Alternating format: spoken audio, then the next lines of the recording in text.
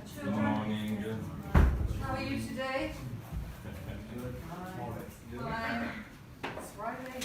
That certainly helps with anything. So for new students, we need to introduce you. Come in. The acronym. Thanks God it's Friday. Okay, very good. But one small mistake. It's not thanks God it's Friday. It's no, not exactly. Good morning, Didi. Thank God it's Friday. Thank God. Thank God it's Friday. Thank God it's Friday. Or if you can't remember, is there an S, is there not an S, just say TGIF. Okay? Thank God it's Friday. Come in. Good morning. Suitcases. You can leave them in the office. Okay. Do you remember yesterday? Do you remember any of the words we did yesterday? 2 words. We did 2 words yesterday. What were they? Ignore. Ignore and Avoid. annoyed and avoid. So if this is a problem, okay, and you do this, what are you doing? Avoid.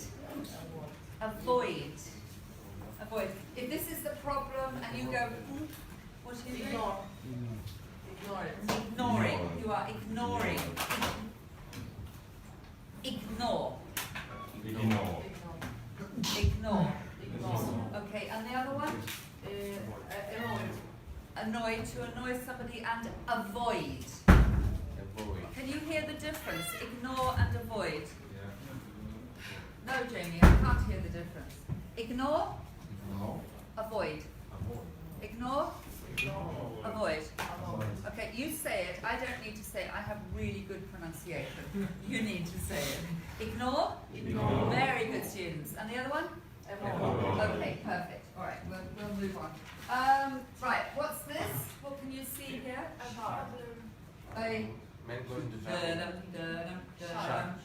shark. Yeah. In fact, we have two sharks. Interesting to know. Has anybody ever seen a shark?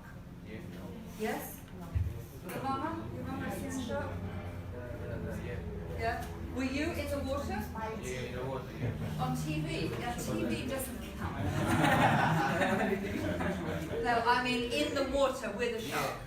Yes. Okay. Scared? Scared. Okay. So here we have two extremely large sharks and a man in a boat. Okay. This is not a real picture. Obviously, it's a created image. But if you wanted to describe his situation, how would you describe his situation? It's a risky situation. Two sharks turn on the boat. Two sharks are, what are they doing? Surrounding, circling or circling the boat. You would say his situation is not great. You know, if they are hungry, he is lunch. So if this was a company or a policy or part of your body or anything really, you would say he's in trouble. He's in trouble. Don't write. Right there. So I'm going to give you some examples of how to, it's a fantastic word. Trouble is a great word. You can use it in many different contexts. It has multiple meanings. And it's very easy to pronounce. Trouble.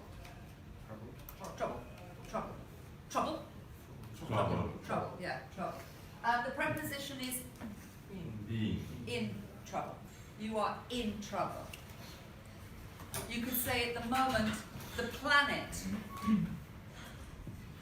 is in trouble. And would you say the planet is in very trouble? Is that correct? Big trouble, any other alternatives to big trouble? In deep trouble.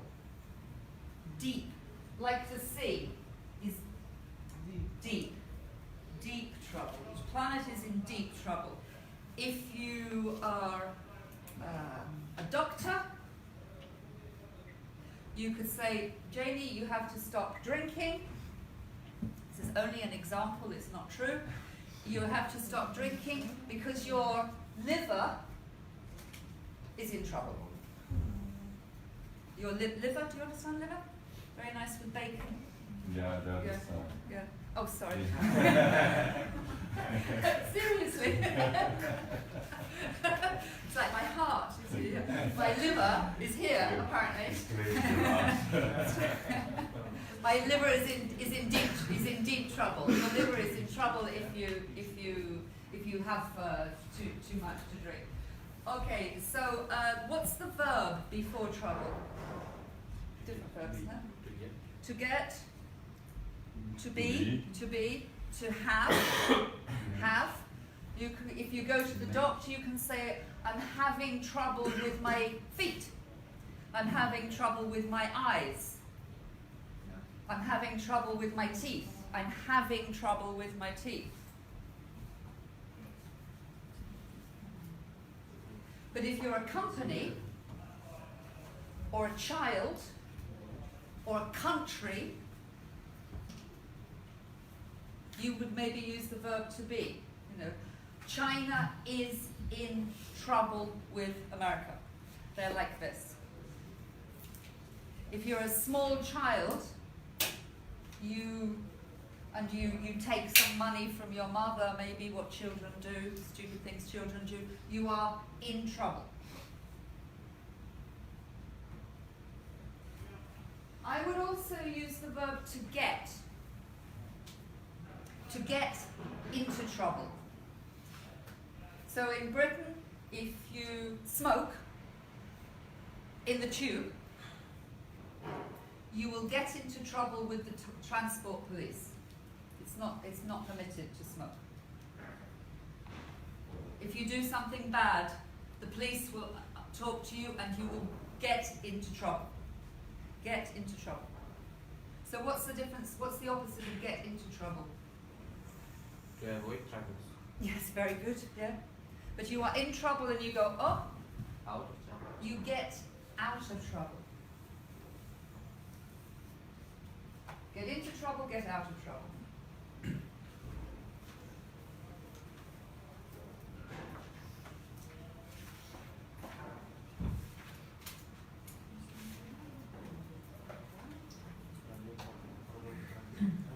So, if you're in, think about business, think about your companies. How would you use the word there in companies, with business? You can say we are having a lot of trouble with our Chinese operations. We're having a lot of trouble with manufacturing. We are having a lot of trouble with the currency. We are getting into trouble with legislation.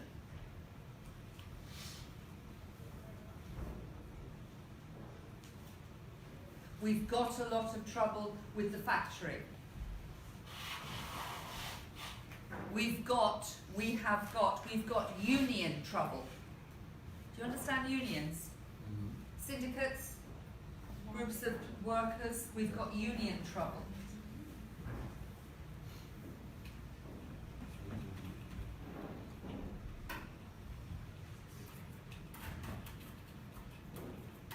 Okay, that's the word.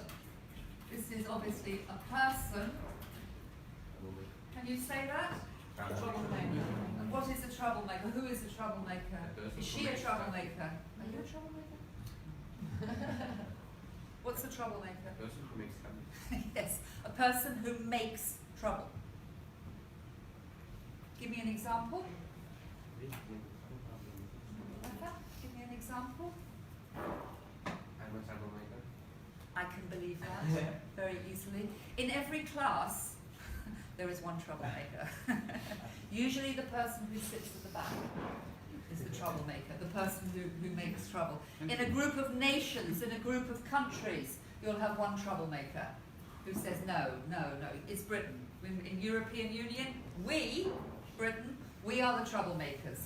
We always say no, I don't like it. In business, what's that? Can you say that? Shooter. Troubleshooter. A troubleshooter. Not you, Ruff, for somebody else. What is it? A troubleshooter? Do you know? Yeah. Someone who solved the trouble. Yes, somebody who solves problems. Who resolves troubles.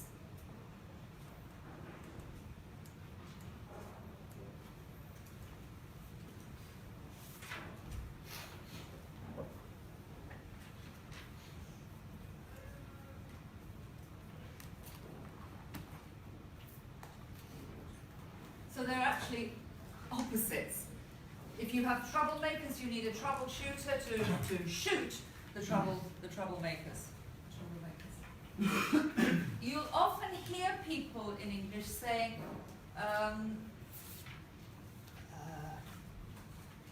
I went to Denmark. Have you ever been to Denmark?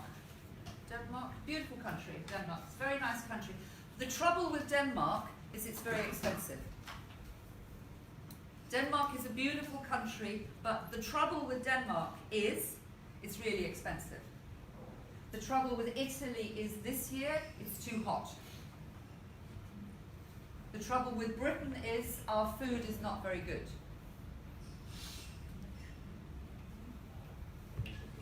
The trouble with Russia in the winter is it's too cold.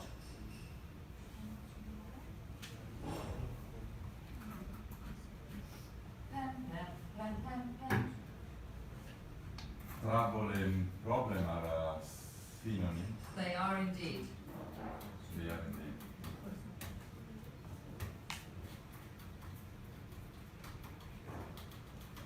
The trouble with Italy is it's impossible to govern.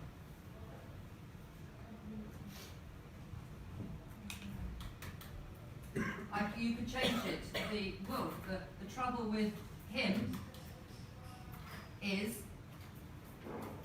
he's an idiot. You could think like this. The trouble with London is it's expensive. The trouble with London is it's expensive. The trouble with London is it's expensive. So trouble is generally anything negative. Problems, sickness, worry, concern, anxiety. If the police are talking, they'll say there's a lot of trouble in East London. What does that mean? Criminal. Huh? Criminal. Criminals or fighting, rioting. There's always trouble in East London at night. There's a lot of trouble in the streets in the evenings. So it's just generally negative. But you can also say,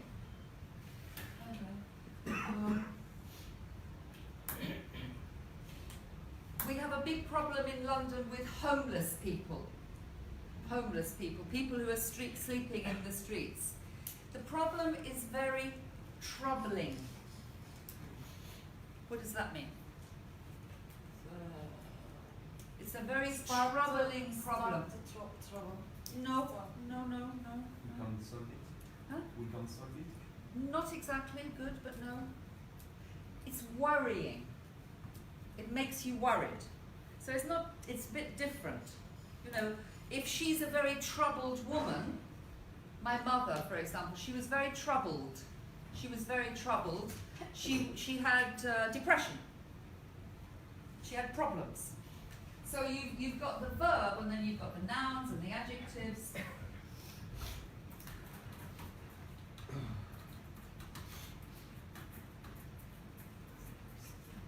Can you read that? What does it say? A troubling problem.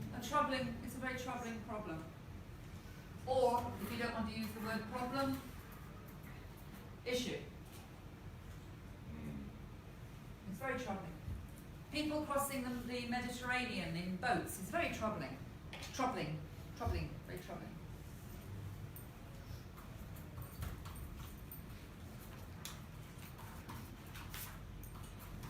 A trouble-free. Can you see what could you put here? A trouble-free what? Husband? Okay, country. Possibly, yeah, trouble-free country.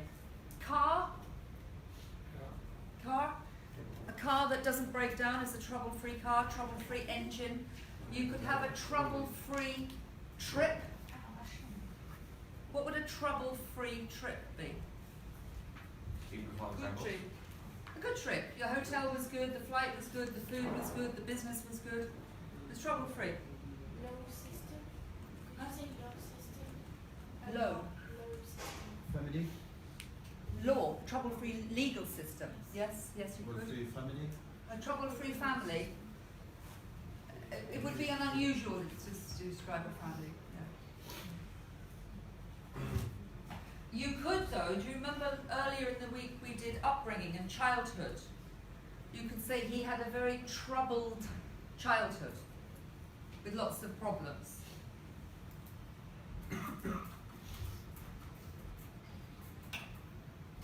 So you're taking, is that correct? Yeah. Trouble, troubled. So you've got two different adjectives here.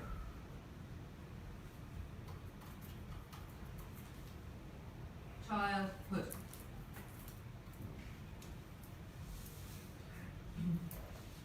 But if you leave today, the first best way to use trouble is to say, for example, about your body or your English, I have a lot of trouble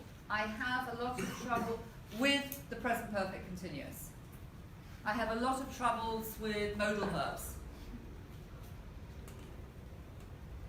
I had a lot of trouble getting to work because of the underground. I had a lot of trouble getting to work because there was trouble on the central line.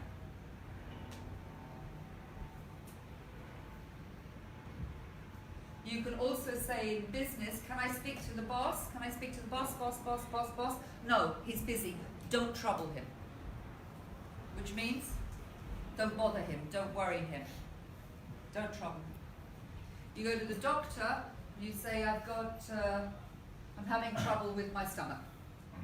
I'm having trouble with. Remember the preposition, I'm having trouble with my stomach.